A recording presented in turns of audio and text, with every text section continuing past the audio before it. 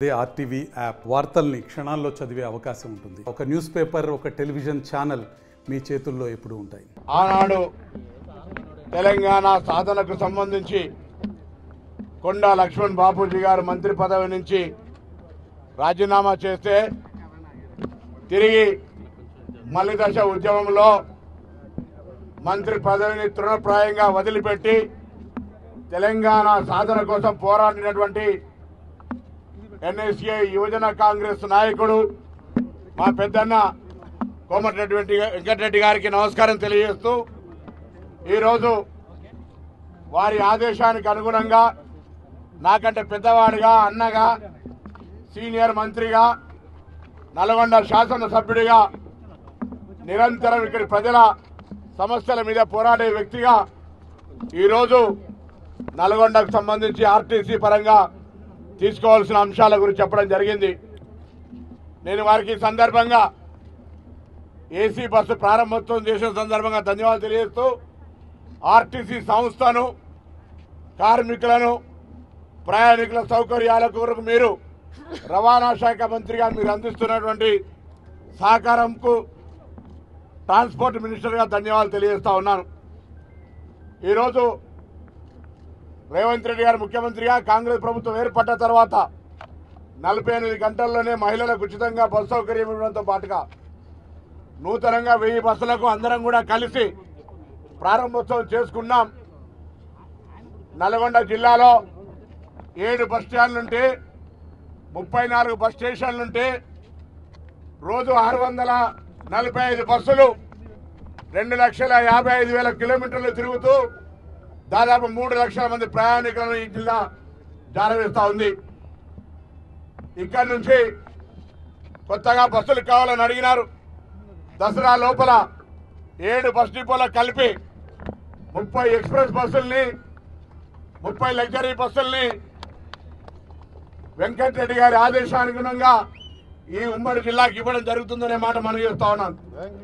అదేవిధంగా నార్కట్పల్లి డిపో పునర్వైభవం తీసుకొచ్చి మళ్ళీ అక్కడి నుంచి అన్ని ప్రాంతాలకు బస్సులు నడిపే విధంగా సంస్థ చర్యలు తీసుకుంటుంది. ఆ దిశలో కార్యాచరణ చేపట్టాల్సిందిగా రీజనల్ మేనేజర్ ఆర్టీసీ గారిని ఆదేశిస్తా ఉన్నాం. అదేవిధంగా ఈరోజు తెలంగాణ రాష్ట్ర రోడ్డు రవాణా సంస్థ కాంగ్రెస్ అధికారంలోకి వచ్చిన తర్వాత ఉచిత బస్సు ప్రయాణ కార్యక్రమాన్ని విజయవంతంగా నిర్వహిస్తున్నటువంటి ఆర్టీసీ సిబ్బందిని వాళ్ళ సమస్యలు పరిష్కరించాలని వాళ్ళకి 21% డిఏ ఇస్తూ పెండింగ్ బకాయిలైనటువంటి బాండ్లను విడుదల చేసినాం. వాళ్ళకి ఇప్పటికీ 280 కోట్లల్లా 80 కోట్లు ఇచ్చినాం. 200 కోట్లు ఈ నెలాఖరు లోపల వారి వారి ఖాతాల్లో జమ చేసే విధంగా చర్యలు తీసుకుంటాం. కొద్దిగా ఆర్థిక పరమైన ఇబ్బందులు ఉండడం వల్ల ఆలస్యమైంది, మన్నించాల్సింది ఆర్టీసీ కుటుంబ సభ్యులను కోరుతా ఉన్నాం. ప్రకటించినటువంటి పెండింగ్ బాండ్లు తప్పకుండా ఇచ్చే బాధ్యత మాది. వీలైనంత తొందరలోనే అవి వాళ్ళ ఖాతాలో వేపించే విధంగా చర్యలు తీసుకుంటాం. 21% డిఏ ఇవ్వడమే కాకుండా ఇటీవలనే దాదాపు 3035 ఉద్యోగాలకు సంబంధించి గౌరవ ముఖ్యమంత్రి కేబినెట్ అనుమతి తీసుకొని నియామకాల ప్రక్రియ చేయబోతా ఉన్నాం. ఇప్పటికే 1000 బస్సులు కొనుగోలు చేసి మరొక 1500 బస్సులకు ఆర్డర్స్ ఇచ్చే ప్రక్రియలో ఆర్టీసీ ఉంది. గతంలో నష్టాలు ఉన్నటువంటి ఆర్టీసీని ఆపరేషనల్ లాస్ నుంచి బయటికి తెచ్చి రోజువారీ నడిచే కార్యక్రమాల్లో ప్రభుత్వ సహకారంతో ఎటువంటి నష్టాలు లేకుండా నడపగలుగుతా ఉన్నాం. అందుకే తెలంగాణ రాష్ట్రంలోని 33 జిల్లా కేంద్రాల నుంచి హైదరాబాద్ నగరానికి ఏసీ బస్సులు వేయాలని నిర్ణయం తీసుకున్నాం. అవసరమైతే ప్రతి శాసనసభ నియోజకవర్గ కేంద్రం నుంచి ఎక్స్ప్రెస్ కానీ, లగ్జరీ కానీ ప్రజలు ఎక్కుతామంటే ఏసీ బస్సుల్ని కూడా హైదరాబాద్ నగరానికి ప్రజలకు కారులో వచ్చే అవసరం లేకుండా ఏసీ బస్సులు వేయడానికి నిర్ణయం తీసుకున్నాం. కానీ మొదటి దశలో 33 జిల్లాల కేంద్రాల నుంచి హైదరాబాద్కు ఏసీ బస్సులు నడవడం త్వరలోనే ప్రారంభం అవుతుందనే మాట కూడా ఈ సందర్భంగా మనం చేస్తున్నాం.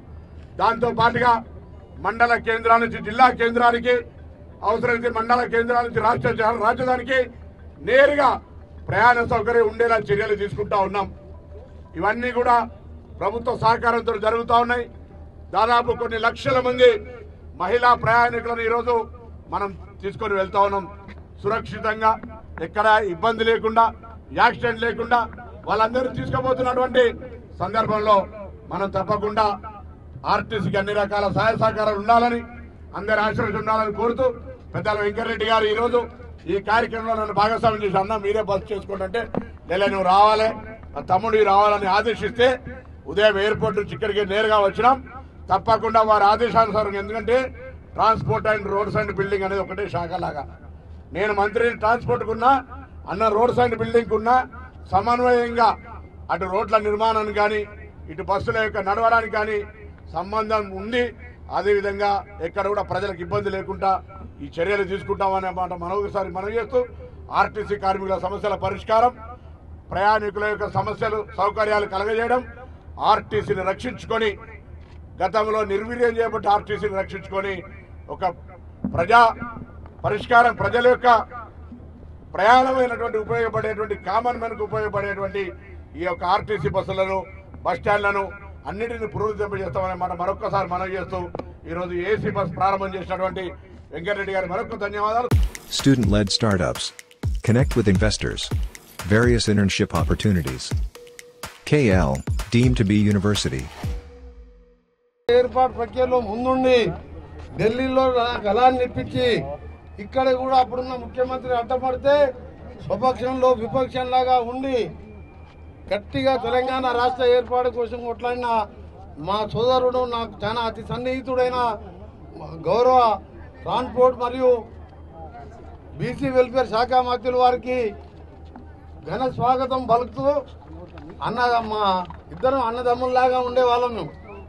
కానీ అనుకోకుండా ఈరోజు వచ్చింది ఒక మహనీయుడు, మహానుభావుడు మహాత్మారావు జ్యోతిరావు పూలే సావిత్రిబాయి పాలే విగ్రహావిష్కరణ కోసం వారు వస్తున్న సందర్భం.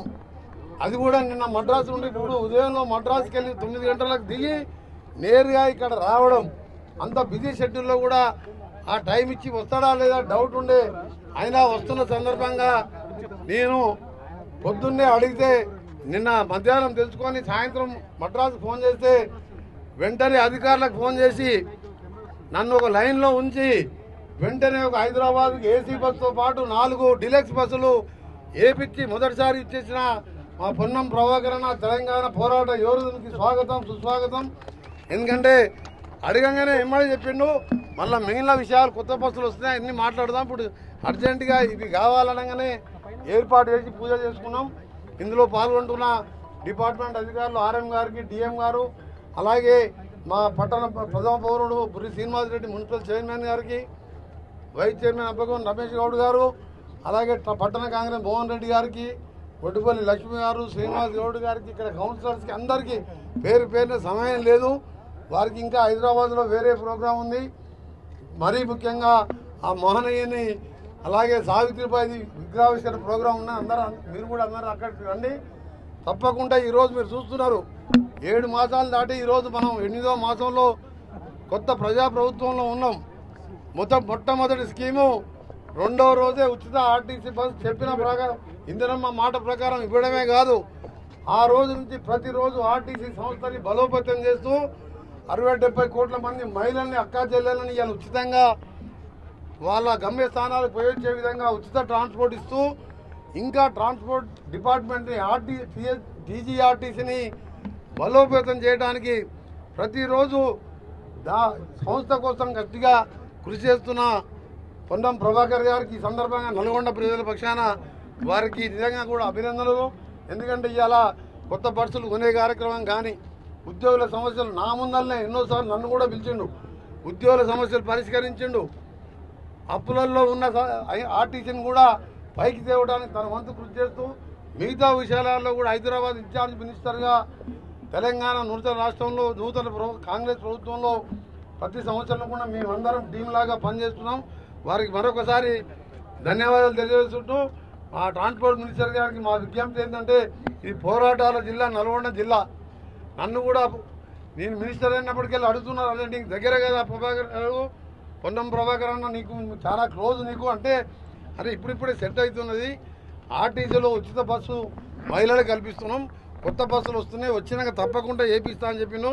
నేను ఒకటే మినిస్టర్ గారికి విజ్ఞప్తి చేస్తున్నా, మాది పెద్ద జిల్లా. హైదరాబాద్ తర్వాత 6 కాన్స్టిట్యూన్సీలతో ఉన్న జిల్లా నల్గొండ జిల్లా. జనాభా పరంగా కూడా 35 లక్షలు.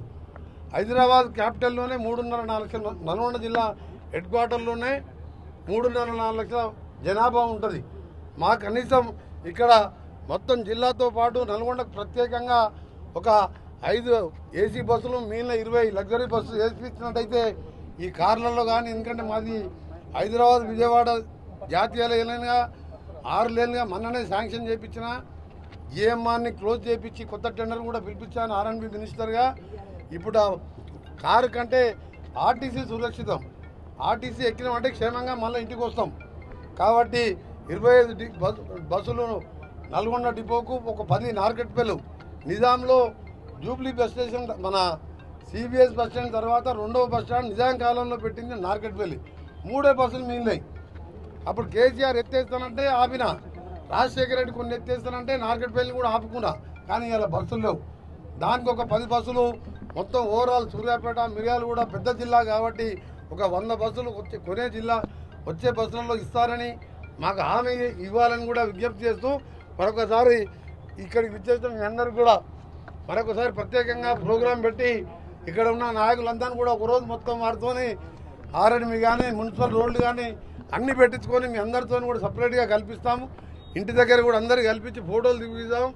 ఆయనకు బిజీ షెడ్యూల్ ఉన్నది కాబట్టి మీరు అందరూ కలవలేదు, ఫోటోలు దిగలేదు, మీరు వేరే తీరంగా భావించొద్దని. మరిన్ని వీడియోస్ కోసం ఛానల్ ని సబ్స్క్రైబ్ చేయండి. లేటెస్ట్ అప్డేట్స్ కోసం వాట్సాప్ ఛానల్ ని ఫాలో చేయండి. అండ్ లింక్ డిస్క్రిప్షన్ లో ఉంది.